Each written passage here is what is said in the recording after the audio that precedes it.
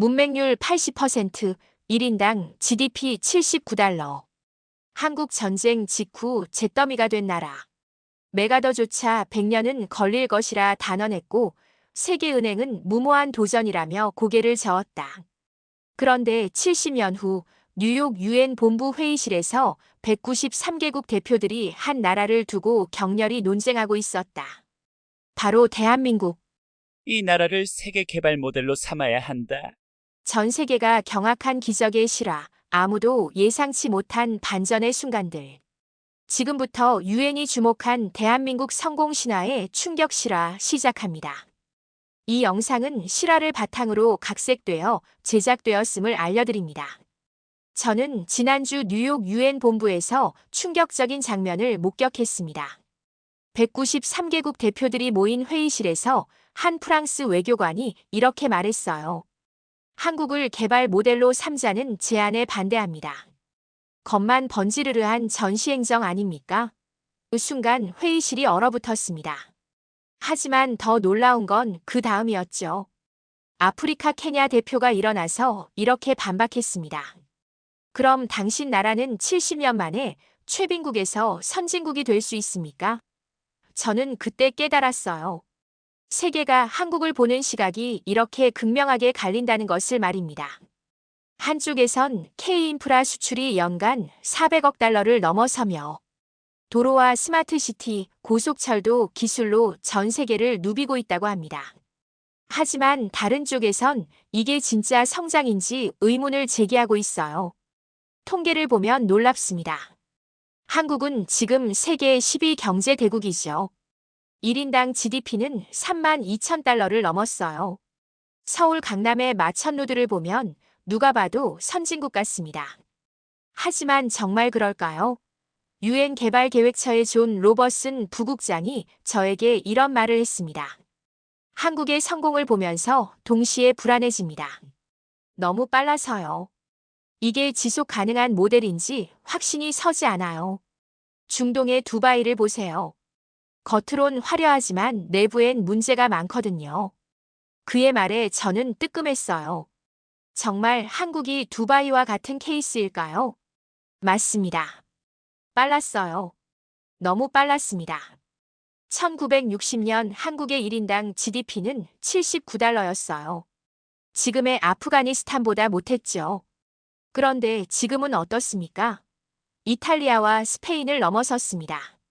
사실 저도 처음엔 의심스러웠어요. 이런 기적 같은 일이 정말 가능할까 하고 말입니다. 하지만 더 놀라운 건 한국의 현재 모습이었습니다. 삼성은 세계 반도체 시장의 20%를 점유하고 있어요. 현대차는 미국에서 테슬라를 위협하고 있고요. BTS는 빌보드 1위를 휩쓸었습니다. 넷플릭스에서 오징어 게임이 전 세계 1위를 차지했어요. 이게 정말 겉만 번지르르한 전시행정의 결과일까요? 하지만 여기서 핵심 질문이 나와요.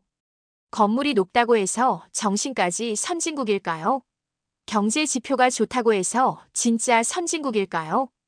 제가 만난 인도네시아 대표는 이렇게 말했습니다. 우리도 경제는 성장하고 있어요. 하지만 한국처럼 될 수 있을지 모르겠습니다.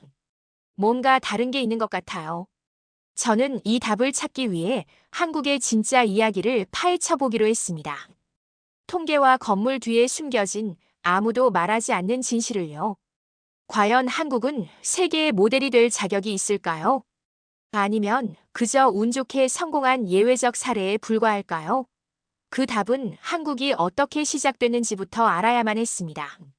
문맹률 80%. 연탄 한 장으로 버티던 겨울. 이게 당신이 몰랐던 한국의 출발점입니다. 저는 1953년 서울의 사진을 봤어요. 충격이었습니다. 지금의 명동 자리에 천막과 판잣집들이 빽빽하게 들어서 있었거든요. 한강은 시커먼 물이 흘렀고 아이들은 맨발로 돌아다녔죠. 한국 전쟁이 끝났을 때 이 나라는 말 그대로 잿더미였습니다. 공장도 도로도 학교도 모든 게 폭격으로 파괴됐어요. 당시 유엔군 사령관이었던 메가더가 이런 말을 남겼습니다. 한국이 다시 일어서려면 최소 100년은 걸릴 것이다. 그때만 해도 누구나 그렇게 생각했죠. 하지만 한국은 달랐어요. 미국의 원조가 들어오기 시작했습니다. 1953년부터 1961년까지 총 60억 달러의 경제 원조를 받았죠. 지금 가치로 치면 500억 달러가 넘어요. 그런데 여기서 놀라운 일이 일어났습니다. 다른 나라들은 원조 자금을 소비재 수입에 썼는데 한국은 달랐어요. 인프라부터 쌓기 시작한 거죠. 1960년대 초 한국은 경부고속도로 건설을 시작했습니다. 당시 세계은행조차 반대했어요. 너무 무모하다면서 말입니다. 실제로 그랬어요. 인구 2,500만 명의 나라가 400km 고속도로를 건설한다는 게 말이 됐겠어요. 하지만 박정희 대통령은 밀어붙였습니다.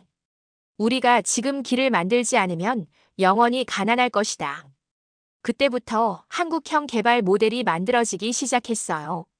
코이카, KDI 같은 기관들이 생겨났고 전후 복구 경험을 바탕으로 한 독특한 재건 시스템을 개발했습니다.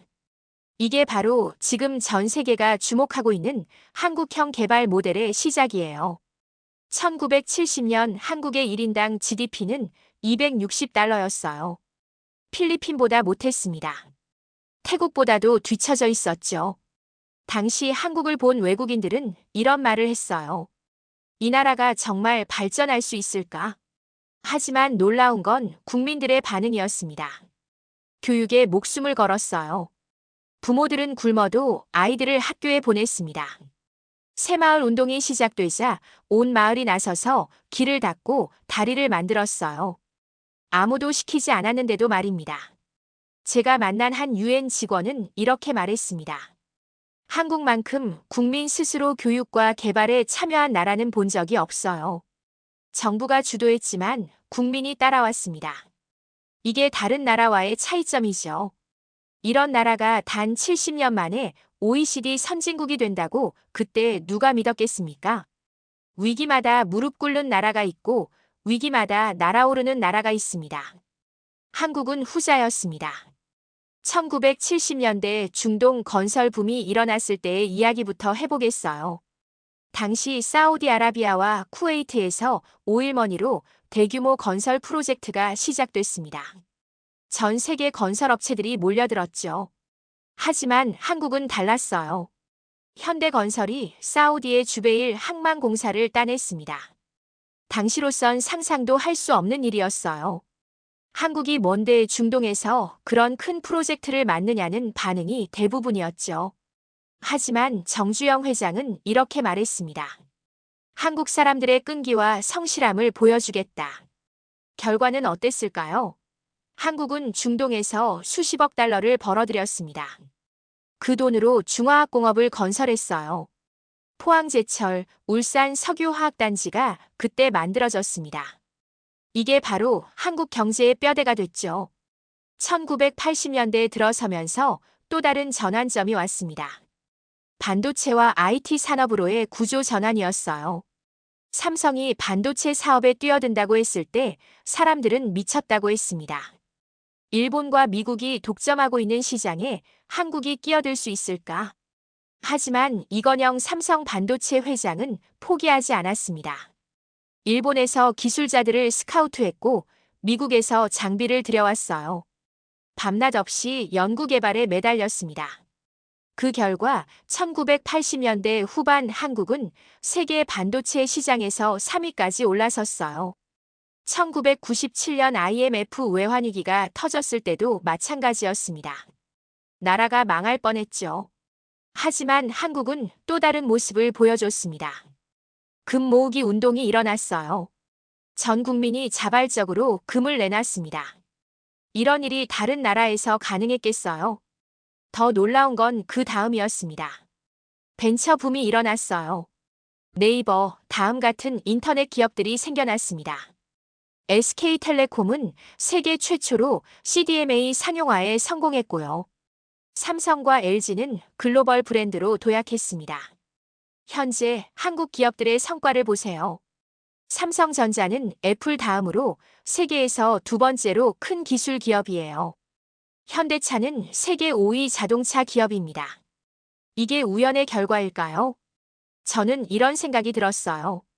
당신 나라엔 위기를 기회로 바꾸는 산업 DNA가 있습니까? 한국은 그 DNA를 가지고 있었던 것 같습니다. 출산율 세계 최하, 부동산 폭등, 재벌 독점. 한국은 정말 롤모델이 맞는가? 솔직히 말씀드리겠습니다. 저도 처음엔 한국의 문제점들을 보고 의구심이 들었어요. 2023년 한국의 출산율은 0.78명입니다. 세계에서 가장 낮아요. 이 추세로 가면 2100년에는 인구가 절반으로 줄어든다고 하더군요. 부동산 문제도 심각합니다. 서울 아파트 평균 가격이 10억 원을 넘었어요. 젊은이들은 평생 월세만 내다가 죽을 수도 있다고 합니다. 이게 선진국의 모습일까요? 재벌 독점 구조는 어떨까요? 삼성, LG, 현대, SK. 이 4대 그룹이 한국 GDP의 60%를 차지하고 있어요. 중소기업들은 대기업 하청업체 역할에 머물고 있죠. 이런 구조에서 혁신이 일어날 수 있을까요? 서비스업의 생산성도 문제예요. 제조업은 세계 최고 수준이지만 서비스업은 OECD 평균보다 훨씬 낮습니다. 자영업자 비율이 25%나 되는데 이들 대부분이 치킨집, 카페 같은 영세업종에 몰려 있어요. 가계부채도 심각해요. 1,800조 원이 넘습니다. GDP 대비 100%가 넘는 수준이죠. 금리가 조금만 올라도 가계 파산이 속출할 수 있는 위험한 상황입니다. 이런 문제들을 본 UN 직원들은 이렇게 말했어요. 한국은 겉보기엔 성공했지만 내부적으론 지속 불가능한 구조를 갖고 있다. 이걸 다른 나라가 따라해야 할까? 저도 솔직히 고민됐습니다. 이런 문제투성이인 나라를 정말 모델로 삼을 수 있을까? 하지만 여기서 놀라운 발견을 했어요. 한국의 문제들을 자세히 들여다보니까 오히려 투명하다는 생각이 들었습니다. 다른 나라들도 비슷한 문제가 있는데 숨기려고 하거든요. 한국은 문제를 공개적으로 논의하고 해결책을 찾으려고 노력해요. 출산율 문제를 해결하기 위해 정부가 매년 수십조 원을 투입하고 있어요. 부동산 문제도 각종 정책을 시도하고 있고요. 재벌 개혁도 지속적으로 추진되고 있습니다. 무엇보다 한국 국민들의 반응이 달라요. 문제를 인정하고 개선하려고 노력합니다. 촛불 집회로 대통령을 바꾸기도 했잖아요. 이런 자정 능력이 있는 나라가 또 있을까요? 그런데 여기서 핵심 질문이 나옵니다. 한국은 문제투성이다. 그런데 왜 여전히 세계가 배워가려 할까요? 강제도 아니고 보상도 없는데. 어떻게 123만 명이 바닷가로 달려올 수 있죠? 저는 2014년 세월호 참사 당시의 상황을 다시 살펴봤습니다. 4월 16일 오전 9시 진도 앞바다에서 여객선이 침몰했다는 소식이 전해졌어요. 그 순간부터 놀라운 일이 벌어졌습니다. 전국에서 자원봉사자들이 진도로 몰려왔어요. 첫날 3만 명, 둘째 날 8만 명, 일주일 만에 123만 명이 집결했습니다. 정부가 요청한 것도 아니고 누가 시킨 것도 아니에요. 그냥 스스로 왔습니다. 어떤 대학생은 부산에서 11시간 걸려 차를 몰고 왔어요. 어떤 주부는 김밥을 수백 개 만들어서 가져왔고요. 어떤 회사원은 휴가를 내고 일주일 동안 머물렀습니다. 왜 그랬을까요? 더 놀라운 건 조직이었어요. 누가 총괄하지도 않았는데 자연스럽게 역할 분담이 됐습니다. 취사팀, 구호팀, 교통정리팀. 마치 오랫동안 준비한 것처럼 척척 돌아갔어요. UN 재난관리사무소의 로버트 글래서 국장은 이렇게 말했습니다. 한국의 시민 대응 능력은 세계 최고 수준입니다. 정부 시스템은 실패했지만 시민사회는 완벽하게 작동했어요. 이게 처음이 아니었어요. 2003년 대구 지하철 화재 사고 때도 마찬가지였습니다. 시민들이 자발적으로 헌혈에 나섰고 구호 물품을 모았어요. 2020년 코로나19 사태 때는 어땠나요? 마스크가 부족하자 전 국민이 자발적으로 줄서기를 했습니다.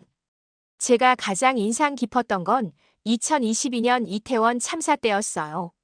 10월 29일 밤 150명이 넘는 사람들이 압사로 목숨을 잃었습니다. 그 순간에도 시민들이 나섰어요. 현장에 있던 사람들이 직접 심폐소생술을 했고 부상자들을 병원까지 업고 갔어요.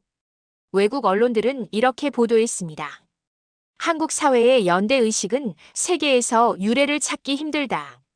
이런 자발적 공동체 시스템이 바로 한국 발전의 원동력이었던 것 같아요. 정부가 모든 걸 다 할 수는 없잖아요. 시민들이 스스로 나서서 문제를 해결하는 문화가 있으니까 위기관리 능력이 뛰어난 거죠. 저는 이런 생각이 들었어요. AI도 군대도 못하는 일을 한겨울 맨손으로 해낸 국민. 이게 가능한 나라가 또 있나요? 이게 바로 한국이 세계의 모델이 될 수 있는 이유입니다. 기술도 제도도 중요하지만 결국 사람이 핵심이거든요. 한국이 멈추면 세계도 멈춥니다. 이것은 더 이상 비유가 아닙니다. 2021년 2월에 일어난 일을 기억하시나요? 텍사스에 한파가 몰아쳤습니다. 삼성 오스틴 반도체 공장이 3주간 가동을 중단했어요. 그러자 어떤 일이 벌어졌을까요? 애플이 아이폰 생산을 줄였습니다. 포드와 GM은 자동차 생산 라인을 멈췄어요. 소니는 플레이스테이션 5 출시를 연기했습니다. 전 세계 IT 업계가 혼란에 빠졌죠. 삼성과 SK 하이닉스가 세계 메모리 반도체 시장의 70%를 장악하고 있거든요. 한국 없이는 스마트폰도 컴퓨터도 자동차도 만들 수 없는 구조입니다. 반도체만이 아니에요. 2차 전지 시장을 보세요. LG에너지솔루션, 삼성 SDI, SK온이 세계 시장의 30%를 차지하고 있어요. 테슬라 모델 3에 들어가는 배터리가 LG 제품입니다. BMW의 전기차에는 삼성 배터리가 들어가고요. 조선업은 어떨까요? 현대중공업, 대우조선해양, 삼성중공업이 세계 조선업계를 좌우하고 있어요. 특히 LNG선 시장에서는 한국이 90% 이상을 점유하고 있습니다. 러시아산 가스를 유럽으로 운반하는 배도 한국에서 만든 거예요. 군함 분야에서도 한국은 독보적입니다. KDX-3 이지스함은 미군도 인정하는 성능을 자랑해요. 차세대 전투기 KF-21도 곧 실전 배치될 예정이고요. 그런데 여기서 놀라운 건 이런 기술들이 다 한국이 독자 개발한 거라는 점입니다. 1960년대만 해도 나사 하나 제대로 못 만들던 나라가 말이에요. 제가 만난 미국 국방부 관계자는 이렇게 말했습니다. 한국 없이는 미국의 첨단 무기 체계를 유지할 수 없어요. 반도체부터 디스플레이, 센서까지 모든 핵심 부품이 한국산이거든요. 중국도 마찬가지입니다.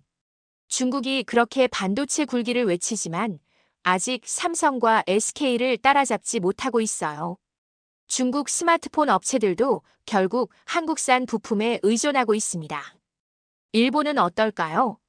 일본이 한국의 반도체 소재 수출을 규제했을 때 오히려 일본 기업들이 더 큰 타격을 받았어요. 한국이 다른 공급처를 찾거나 국산화에 성공하면서 일본 기업들은 시장을 잃었습니다. 유럽 역시 마찬가지예요. 독일 자동차 업체들이 전기차로 전환하면서 한국 배터리 기업들과 손잡고 있어요. 노르웨이는 한국산 LNG선 없이는 가스를 수입할 수 없고요. 이제 묻습니다. 당신의 나라는 한국 없이는 살아남을 수 있습니까? 유엔은 모델을 찾고 있었고 우리는 강대국이 아닌 나라에서 그 답을 받습니다. 미중 갈등이 심화되면서 전 세계가 선택의 기로에 서 있습니다. 미국을 택할 것인가, 중국을 택할 것인가. 하지만 한국은 다른 길을 제시하고 있어요. 2022년 러시아가 우크라이나를 침공했을 때 한국의 대응을 보세요. 서방의 테러 제재에는 동참했지만 직접적인 무기 지원은 하지 않았어요. 대신 인도적 지원과 전후 복구 지원을 약속했습니다. 중국과의 관계에서도 마찬가지예요. 사드 배치로 갈등을 겪었지만 경제적 관계는 유지하고 있어요. 한국은 중국의 최대 교역상 대국 중 하나이면서도 미국의 핵심 동맹국입니다. 이런 전략적 균형 외교가 바로 중견국 외교의 모델이 되고 있어요. 강대국 사이에서 자신의 이익을 지키면서도 국제 질서 안정에 기여하는 거죠. 글로벌 공급망 재편에서도 한국의 역할이 중요해졌습니다. 미국이 중국과의 디커플링을 추진하면서 대한 공급망이 필요해졌는데 한국이 그 핵심 역할을 하고 있어요. 바이든 대통령이 2022년 한국을 방문했을 때 삼성 평택 공장을 둘러본 건 우연이 아니에요. 미국도 한국의 반도체 기술이 필요하다는 걸 인정한 거죠. 인도 태평양 전략에서도 한국의 위상이 달라졌습니다. 쿼드에는 참여하지 않지만 독자적인 한국형 인도 태평양 전략을 내놨어요. 강대국들의 눈치를 보지 않고 자신만의 길을 가는 겁니다. 더 놀라운 건 한국이 실제로 외교적 공간을 만들어내고 있다는 점이에요. 2023년 G7 정상회의에 초청받았고 G20에서도 핵심 역할을 하고 있습니다. 나토 정상회의에도 아시아 파트너로 참석하고 있어요. 제가 만난 영국 외무부 관계자는 이렇게 말했습니다. 한국은 서방과 비서방 사이의 가교 역할을 하고 있어요. 이런 나라가 더 필요합니다. 아프리카에서도 한국의 영향력이 커지고 있어요. 한국형 새마을 운동을 도입한 루안다는 놀라운 발전을 보이고 있습니다. 가나에서는 한국식 전자정부 시스템을 구축하고 있고요. 동남아시아는 어떨까요? 베트남, 인도네시아, 필리핀 모두 한국의 개발 경험을 벤치마킹하고 있어요. 한국형 산업단지, 한국형 교육 시스템을 도입하고 있습니다. 라틴 아메리카에서도 마찬가지예요. 콜롬비아는 한국의 IT 정책을, 페루는 한국의 농촌 개발 모델을 따라하고 있어요. 이게 바로 소프트 파워입니다. BTS와 K-드라마만이 아니에요. 한국의 발전 모델 자체가 전 세계에 영향을 미치고 있는 거죠. 당신 나라가 강대국 사이에서 외교적 공간을 만들어줄 수 있습니까? 한국은 그걸 해내고 있습니다. 이건 단순한 성공 사례가 아닙니다. 세계 균형의 설계도입니다. 저는 유엔 회의실에서 마지막 토론을 지켜봤어요. 프랑스 대표가 다시 일어나서 말했습니다. 그래도 한국 모델에는 한계가 있습니다. 모든 나라가 한국처럼 될 수는 없어요. 그때 인도 대표가 반박했습니다. 한국을 완전히 복제하자는 게 아니에요. 한국의 정신을 배우자는 겁니다. 바로 그거였어요. 한국형 개발 모델의 핵심은 기술이나 제도가 아니라 정신이었습니다. 포기하지 않는 정신, 위기를 기회로 바꾸는 정신, 함께 나아가는 정신 말이에요. 수출 주도형 경제만 보면 안 돼요. 교육 중심 정책도 중요하지만 그것만으론 부족해요. 진짜 핵심은 시민들의 자발성이었습니다. 정부가 아무리 좋은 정책을 만들어도 국민이 따라주지 않으면 소용없거든요. 한국은 달랐어요. 국민 스스로 변화를 원했고 스스로 참여했습니다. 유엔 개발계획처가 2024년 발표한 보고서를 보면 놀라운 내용이 나와요. 한국형 개발 모델을 부분적으로 도입한 22개국이 모두 긍정적 변화를 보였다고 했습니다. 루안다의 경제 성장률이 7%를 넘었고 가나의 디지털 포용 지수가 3배 증가했어요. 베트남은 한국형 산업단지 덕분에 제조업 수출이 50% 늘어났습니다. 더 중요한 건 이런 변화가 지속 가능하다는 점이에요. 일회성 성장이 아니라 구조적 변화를 만들어내고 있는 거죠. 그래서 유엔이 한국을 공식 모델 국가로 선정하는 방안을 검토하고 있는 겁니다. 국제개발 정책의 방향 자체가 바뀌고 있어요. 기존의 서구 중심 모델에서 벗어나서 다양한 발전 경로를 인정하는 방향으로 말이에요. 한국이 그 선두에 서 있습니다.